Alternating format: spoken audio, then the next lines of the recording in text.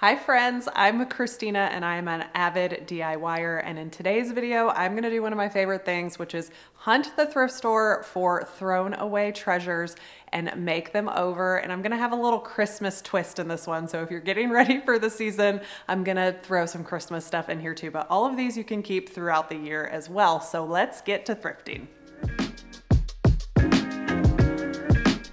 Here are all the thrifted items I'm going to be flipping today. I got all of these items for under 50 bucks. I got some great deals. I'm going to do some aged vases. I got a little decor box. I'm even going to do some Christmas art with these. And of course I got a lamp because I love doing lamps, and I even scored a great deal on a little side table.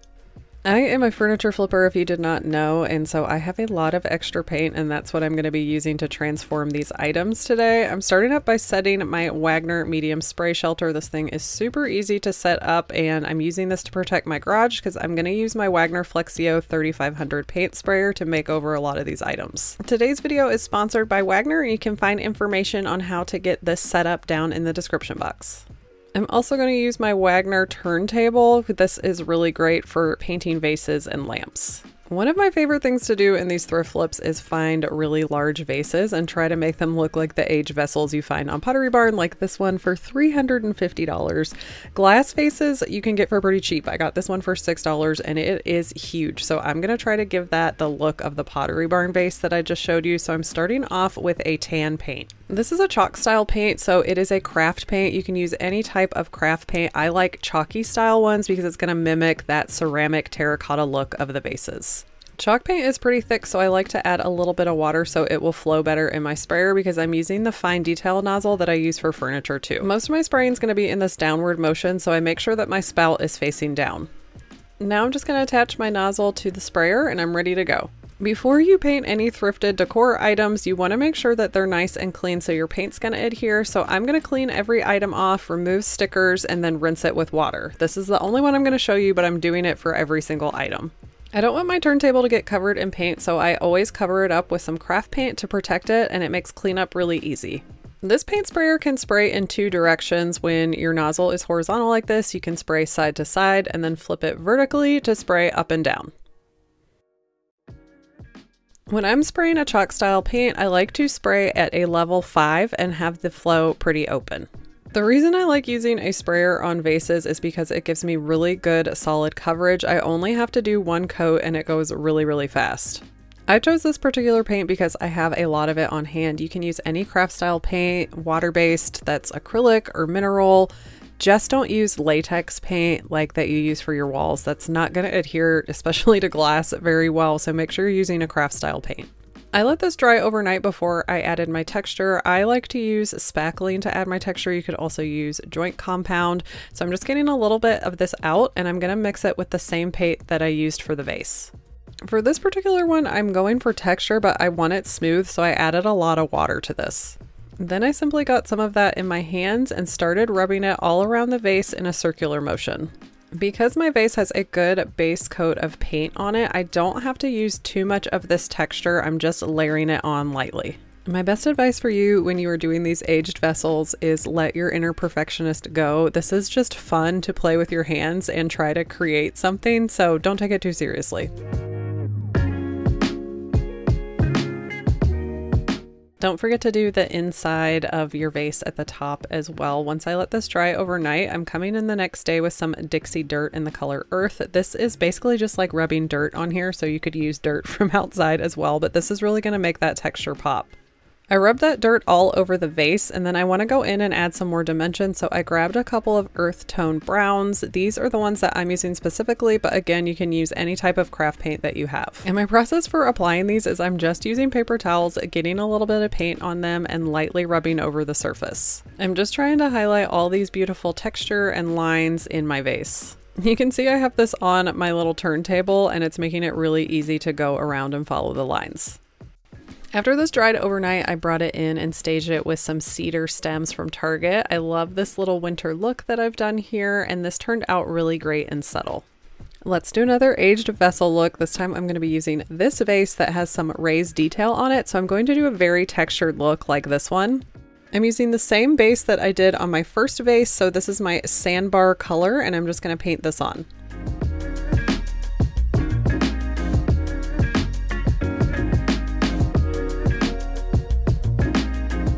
I'm also using the same spackle mixed with my paint, but this one I didn't add water to, so it's really thick.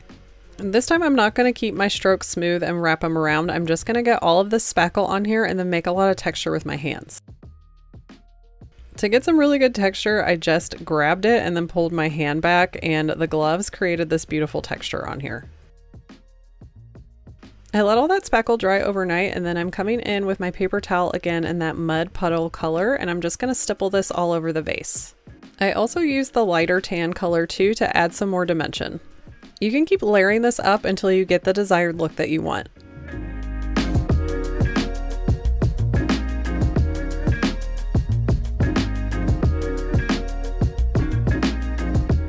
After this dried overnight, I staged it on my console table with some other winter stems that I got from Target, but this vase is going to be great year round, so I also threw in some Amazon stems just to show you how it will look in spring. I think I like this really textured look over the very subtle first vase that I did. In every thrift flip video you see me do, I always do a lamp because lamps are so expensive. This Pottery Barn one retails for over $300. So I just find a lamp shape that I really like. This kind of has that same look, and I know I can do that stone look on there that I've done on these other vases. And I got this for $8. Quick tip, make sure you plug it in and ask for a light bulb behind the counter to make sure that it works before you leave the thrift store with it. I'm taping off the socket as well as the cord so they don't get any paint on them, and I usually just stick the cord in a plastic bag and wrap it up. I'm going to do this lamp black, so I've cleaned out my sprayer and I'm going to use a different color, but I just wanted to show you that's how much paint I used on those first two vases, so not that much. So now I've grabbed a true black, this is called Caviar, and I'm going to get it set up in my paint sprayer and add a little bit of water and then just do the same process I did to the vases. I'm going to get a nice coat all over the lamp. If you want to know all the specific products that I'm using in this video, I always link everything down in the description box for you, and you can also shop this video by clicking the button down here where it says shop products, and I also have everything linked in my LTK and my Amazon store, so you have lots of ways to find everything that I'm using.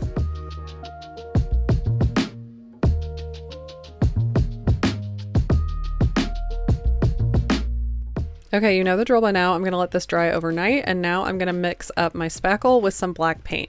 I decided to do a different technique with this one because the spackle is never going to be true black. It's going to be a little bit of gray just because you're mixing black paint with a white spackle. So I decided to let that base primer of paint come through so that there will be two different colors. So not only is it creating texture, but it's creating some more depth too. So I'm not completely covering every inch with spackle. I'm leaving some of those areas bare so that paint from underneath can come through, and I really love the way that this was looking. The shape of this lamp is absolutely perfect for this look, so you always need to shop for shape when you're thrifting and not necessarily the color. I let this dry overnight, and then I'm using my paper towel and my mud puddle color, and I'm lightly rubbing this all over to get that texture to pop. And then I went back in and did a little bit of dabbing of the paint in certain areas. I went really light-handed with all of this because I already loved the way that it looked, and I didn't want to do too much, but I wanted to add a little bit more dimension. I let it dry overnight, and then I brought it in to stage in my dining room. I did have to get a new lampshade for this. That lampshade was not salvageable, so I got this tan one from Target. Okay, I'm obsessed. This looks so cute and so high-end, and I got this for $8. I love this look so much, I decided I needed to try it on a vase as well. So this is my last aged vessel I'm gonna do. I got this vase for $2.99, and I'm doing the same process, just doing that black paint all over as my base, letting that dry overnight, then coming in with that texture and doing the same process that I did on the lamp. Once that was dry, I came in with my mud puddle paint and added that on. I did add a lot more paint onto the vase than I did on the lamp just to give it a different look. Remember that this process is very subjective and you can take it as far as you want. I love the way this one turned out too. I am not going to seal any of these. You could definitely use a clear coat on them, but I like the matte finish on them, so I'm just going to be really careful with them. Okay, let's do a little Christmas flip. When I saw these, I didn't realize they were like an American flag, but that is what I'm seeing now that I have them here. But I liked the shape of these. I got all of them for $6, so I'm gonna make some little winter Christmas artwork with these, and I'm just starting out by painting them all in off-white. I'm going to do the frame and the inside one solid color because they have a lot of texture inside of the frame. So I think it's going to be fine all one color, and then I'm going to add something in the middle to make them Christmassy.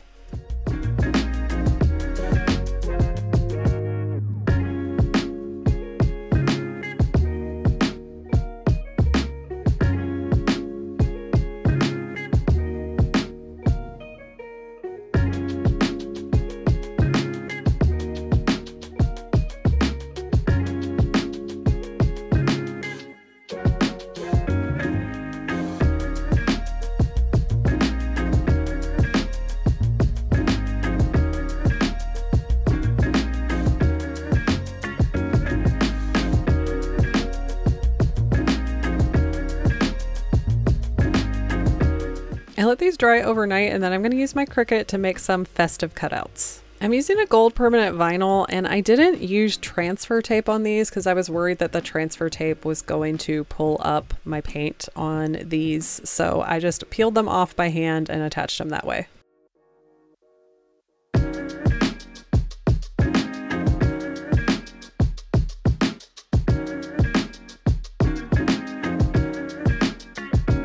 Now that the star is white, it's all cute and Christmassy, so I'm gonna add just a little bit of gold gilding wax to make it pop.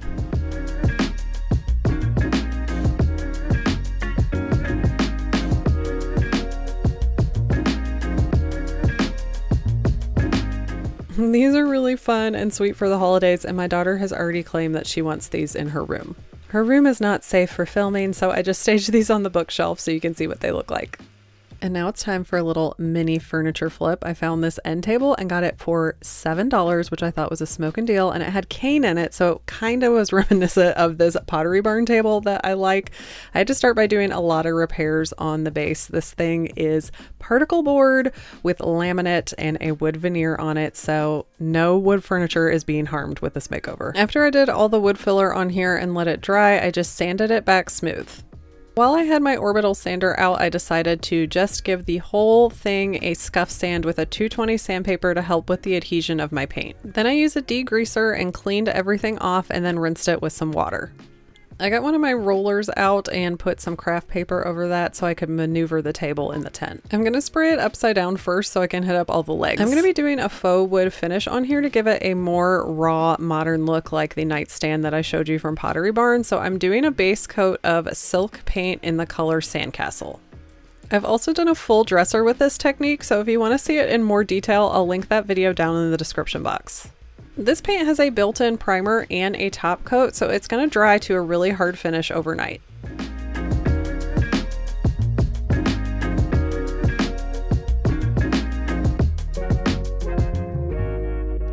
Once I got the base and the legs sprayed, I just carefully flipped it over and sprayed the top.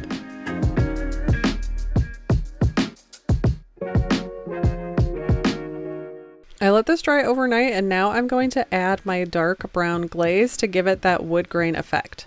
I'm going to work in small sections like this and get the glaze completely over the area that I'm working on. Then I'm going to take a big natural bristle brush and smooth that out. And then I have this little hand broom that is going to create even more texture. Here's a closer look of what I'm doing on a different section. This faux wood look was very, very popular in the 90s, and it has definitely made a comeback. It really mimics that Pottery Barn Sausalito look, and all the DIYers are doing this.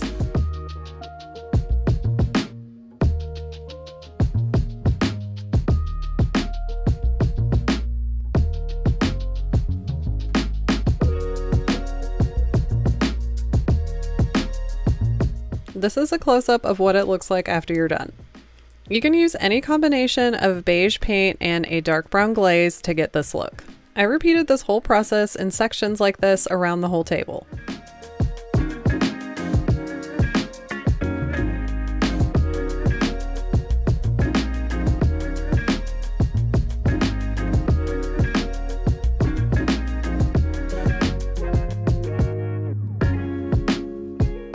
I let my glaze dry overnight, and I want this to be really protected, so I'm gonna add some water-based polyurethane in a satin finish.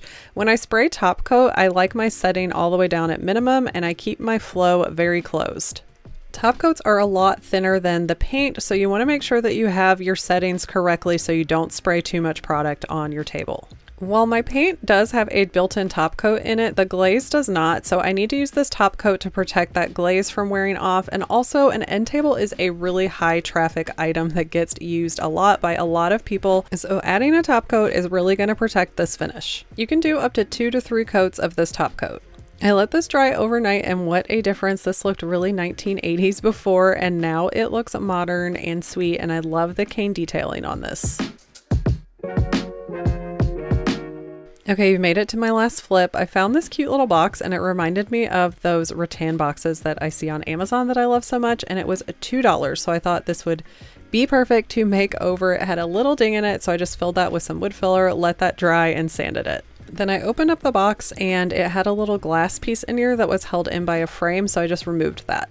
And then I had some scrap pieces of cane left over from some furniture makeovers, so I just cut that down to size to fit in that little box where the glass was. I was able to use the same clamps that were holding the glass in place to hold the cane in place.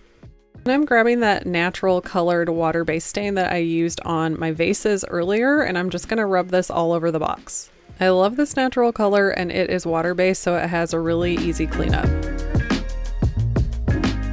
This one was super easy and turned out really cute. I wish the box was a little bit bigger, but it looks really cute styled on my bookshelf. I hope you guys enjoyed these thrift flips. Let me know down in the comments which one was your favorite. I hope it inspires you to go to your local thrift store and see if you can make over some treasures yourself. I'll be back soon with another project, and I will see you guys next time.